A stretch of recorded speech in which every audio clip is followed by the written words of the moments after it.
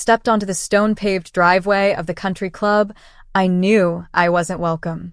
My heels clicked against the concrete like tiny betrayals. The doorman gave me a blank stare. He didn't even offer to open the second door. I tugged at myself and walked in, adjusting the simple blue dress I'd borrowed from a friend. It was clean, classy, but it wasn't designer. Not like theirs. Before we begin, drop a comment and tell us what would you do in this situation? Be honest, tell me in the comments below. We read every comment. Let's begin. Inside, the air reeked of roses, privilege, and cold ambition. String lights dripped from the ceiling like champagne tears, and the ballroom shimmered with polished glass and satin gowns. My mother caught sight of me from across the room, and I swear she flinched. "Well," my brother Kevin said loudly as I approached, one arm around his new bride, "look who came in a taxi." He dragged out the last word like it was filth. Laughter rippled through the guests like a rehearsed performance. Even the string quartet paused for a beat, unsure whether to keep playing. I swallowed. "Hi, Kevin. Congratulations." But he didn't look at me. Honestly, I told Mom she probably wouldn't come. But here she is. Wearing what is that? Thrift store? His wife whispered something in his ear and giggled. My face burned, but I held my ground. Then came my father. Crisp tuxedo. Polished disdain. "This is embarrassing, Ava," he muttered under his breath. "You were told not to make a scene." I blinked. "I was invited. Your assistant called me herself." His jaw tensed. "Because Kevin insisted. But let's not pretend this is your circle. You're not part of this world anymore." Before I could respond, he turned to the waiter behind him and said, "Take her plate away. She won't be staying." The waiter hesitated. I said, "Remove it." My mother chimed in from her seat, sipping champagne like it was holy water. "There's no need to pretend." The waiter reached across the table and lifted the dinner plate from the pristine white tablecloth. The sound of the silverware clinking against china made everyone glance over. I stood frozen. Dozens of faces watched, some amused, others curious, some whispering. I looked around for one kind face. There wasn't one. And that's when the silence was shattered. The deep, unmistakable growl of a V8 engine echoed outside. Heads turned. A sleek black Cadillac Escalade rolled up to the entrance, its windows tinted, its paint gleaming like obsidian. It didn't belong here. It belonged on a movie set. Or behind a presidential motorcade. The driver's door opened, and out stepped my husband, Ryan Carter. Sharp navy suit. Dark sunglasses. Every inch the man who didn't beg for respect. He demanded it. The valet stepped back instinctively. Even the club manager peeked from behind the curtain. Ryan walked with a calm intensity straight into the ballroom, and every eye turned to him. A few guests whispered. Some definitely recognized him. He pulled off his sunglasses, met my eyes, and then turned to my parents. "Mr. and Mrs. Bennett," he said coolly, "I'm here for my wife." My father stood there, stunned. "Your wife?" Ryan didn't answer him. Instead, he reached into his jacket, pulled out a sleek black folder, and handed it to the club manager. "Effective this morning," he said, "this property, including the land it's on, is under new ownership." The manager's mouth dropped. "This club?" Ryan nodded. "Deeded. Registered. The paperwork's in your hands. You can check with the county." My mother stood, the champagne flute trembling in her hand. Ryan turned to her and added, "You wanted her to leave? That's fine. But this room, this wedding, everything around you, you're standing on her property now." Silence. Gasps. Kevin's mouth moved, but no sound came out. And I just smiled. The silence was deafening. Kevin's fiancée stepped slightly behind him, her eyes darting between Ryan and the manager like she was calculating whether staying married into this family would be worth it. My father tried to speak.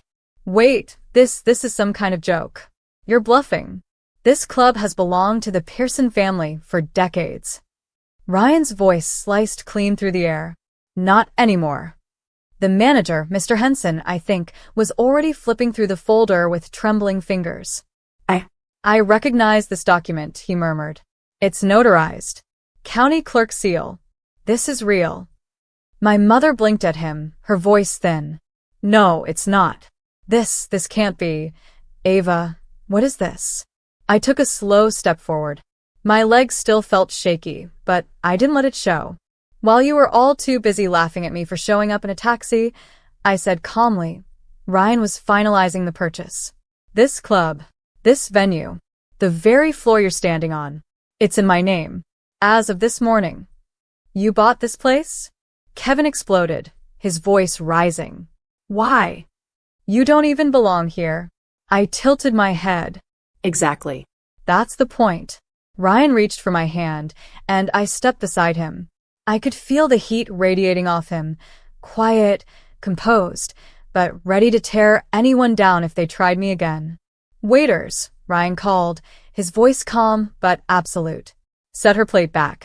And bring her a new glass. The waiters, who just moments ago looked through me, scrambled to obey. Within seconds, my chair was pulled out, the plate returned, and a glass of vintage wine gently placed beside it. People whispered. I saw one of Kevin's groomsmen nudge another and whisper, That's Ryan Carter. He owns half of Kingsmore Tech, right? My father leaned closer, trying to save face. You married Ryan Carter? The CEO? I looked him straight in the eyes. Yes. Months ago. We kept it private. You never asked. I assumed you didn't care. His face flushed with something between regret and rage. Kevin was still frozen. You couldn't have just come quietly, he snapped. Why show up like this? Like some queen with your fancy SUV and you're smug.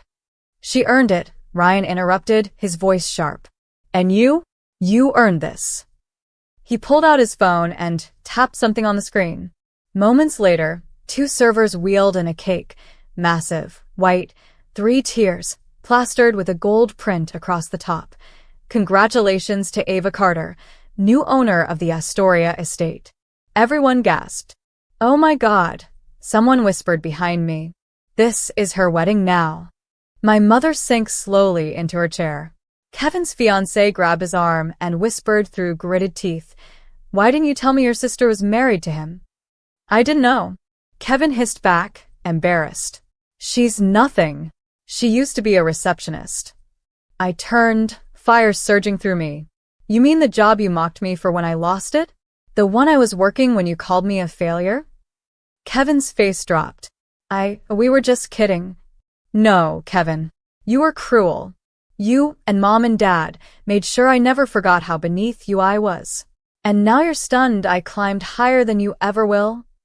Aunt Carol, silent all evening, finally stood up and clapped twice, slowly.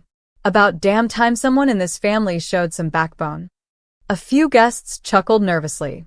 A few clapped too. Ryan raised my hand gently and kissed it. You ready to go, Mrs. Carter? I looked at my plate, then at my family still stunned, broken, mouths open like statues. Actually, I said, lifting my glass, I think I'll stay a while. I sat down. The moment I did, the temperature in the ballroom shifted. It was as if the air itself bent around the truth, around the undeniable fact that the girl they tried to humiliate now owned the very ground they stood on.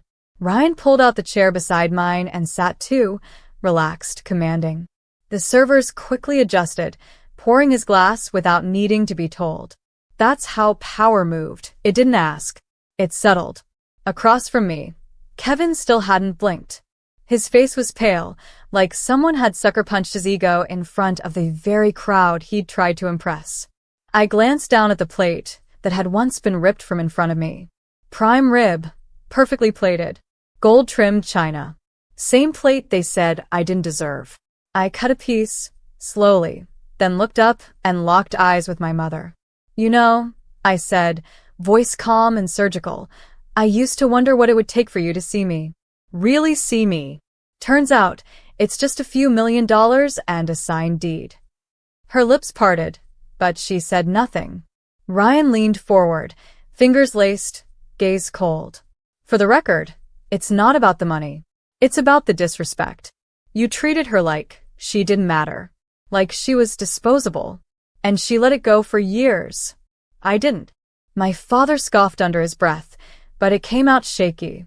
You think this proves something? That you're better than us? No, I replied. It proves I'm not like you. I didn't have to step on anyone to get here. I didn't have to marry rich. I didn't have to beg. I worked, quietly, and when I rose, I stayed silent until today. Kevin shoved his chair back suddenly, the screech piercing the quiet. This is my wedding day, he shouted. And you just hijacked it like it's some revenge movie. You couldn't let me have this one thing, Ava? I stood slowly, my chair making no sound. You wanted to own this moment, I said. To make it about power. I showed up in a taxi because I wasn't there to compete. I came to be your sister. And you publicly humiliated me. He sneered. Because you're a damn joke. Always have been. The charity case, the one who couldn't keep a job, couldn't keep friends. That's enough, Ryan said darkly, rising. The entire room froze. You want a show? You want to strip your sister down in front of strangers? Let me show you what happens when you try that. He took out his phone again, tapped twice. Behind us, the double doors opened. 2 men in suits walked in, security clearly. The manager followed, looking uneasy. Escort Mr. Kevin Bennett off the property for verbal harassment, Ryan instructed. This wedding is officially canceled under the venue's new management policy. Gasps erupted. You can't do this. Kevin shrieked. This is my day. My event. The manager hesitated. Sir, we can give you 5 minutes to step outside and de-escalate. Escort him, Ryan repeated. 2 guards stepped forward. Kevin looked at our parents. Are you just going to let this happen? But my parents said nothing. My mother looked down at her hands. My father turned away. That broke Kevin more than anything. He laughed bitterly, then shouted, She's still the same pathetic loser. No matter what she owns. And as he was pulled toward the door, I spoke calmly. Then why are you the one being thrown out of my building? He paused, looked at me. Then, for the first time in his life, my arrogant, cruel, golden child brother, he looked small. The doors closed behind him. The room stayed silent long after the doors closed behind Kevin. You could practically feel the recalibration happening in real time, guests whispering behind napkins, shifting uncomfortably in their chairs, some clearly wondering if they should stay or politely vanish. But no one dared to stand, because now the only power in the room sat beside me. Ryan placed a hand on mine under the table. I didn't realize how tightly I'd been clenching my fists until he did. I'm proud of you, he whispered, barely audible. And I could tell it wasn't pride in my money or what I owned. It was in my restraint. In my ability to sit there, calm, collected, even after the people who were supposed to love me tried to publicly break me. Across the table, my mother still hadn't spoken. She looked older now, somehow. Her perfect hair, her flawless makeup, it all felt like a mask that was beginning to crack. You could have told us, she finally said. Why? I asked. So you could shame me behind closed doors instead of in public? Her jaw clenched. We were just surprised. That's all. This isn't how our family does things. No, I said, leaning forward slightly. Your family covers cruelty with polished silverware and champagne. Your family thinks silence equals dignity. Mine doesn't erase people for being different. My father looked up now, and this time, he didn't hide his disappointment. You really think this makes you better than us? He said. Ryan stood again. No. She's not trying to be better. She just stopped trying to be less. That's what this is about. I stood too slowly. This was never about revenge, I said to the room. It was about showing you I didn't disappear when you cut me out. I built something. Without you. And today, you made a choice. You chose to humiliate me in front of a room full of strangers. My voice wavered, but I didn't stop. You stripped my plate away like I was nothing. And now you're shocked that I had more than you imagined. My Aunt Carol raised her glass. To Ava, she said, loud enough for everyone to hear. For proving them all wrong without saying a word. Until now. Some clapped. A few stood. Some looked away in shame.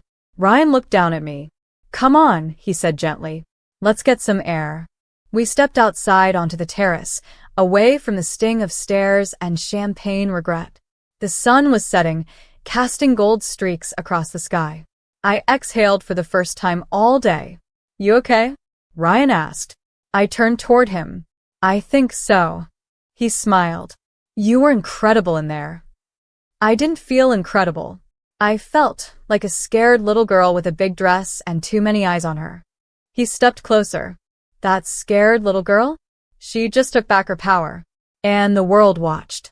I leaned against the railing, looking out over the manicured lawns I now owned. Ryan. Yeah. Do you think they'll ever apologize? He paused. No. But that's okay. Because you don't need their apology to move on. You already moved past them. I smiled, just barely. And as the sun dipped below the trees, I realized something. They may have taken my dignity once. They may have laughed when I struggled, mocked my clothes, my job, my cab ride. But they'll never forget the day the girl they discarded came back, not just stronger, but unshakable. Later that evening, after the guests had mostly scattered, some out of politeness, others out of pure discomfort, I walked through the now quiet ballroom alone. The chandeliers sparkled just as brightly, but the air had shifted. This wasn't their stage anymore. It was mine. Ryan was talking to the new event director about converting part of the estate into a wellness and mentoring center for young women. He was serious.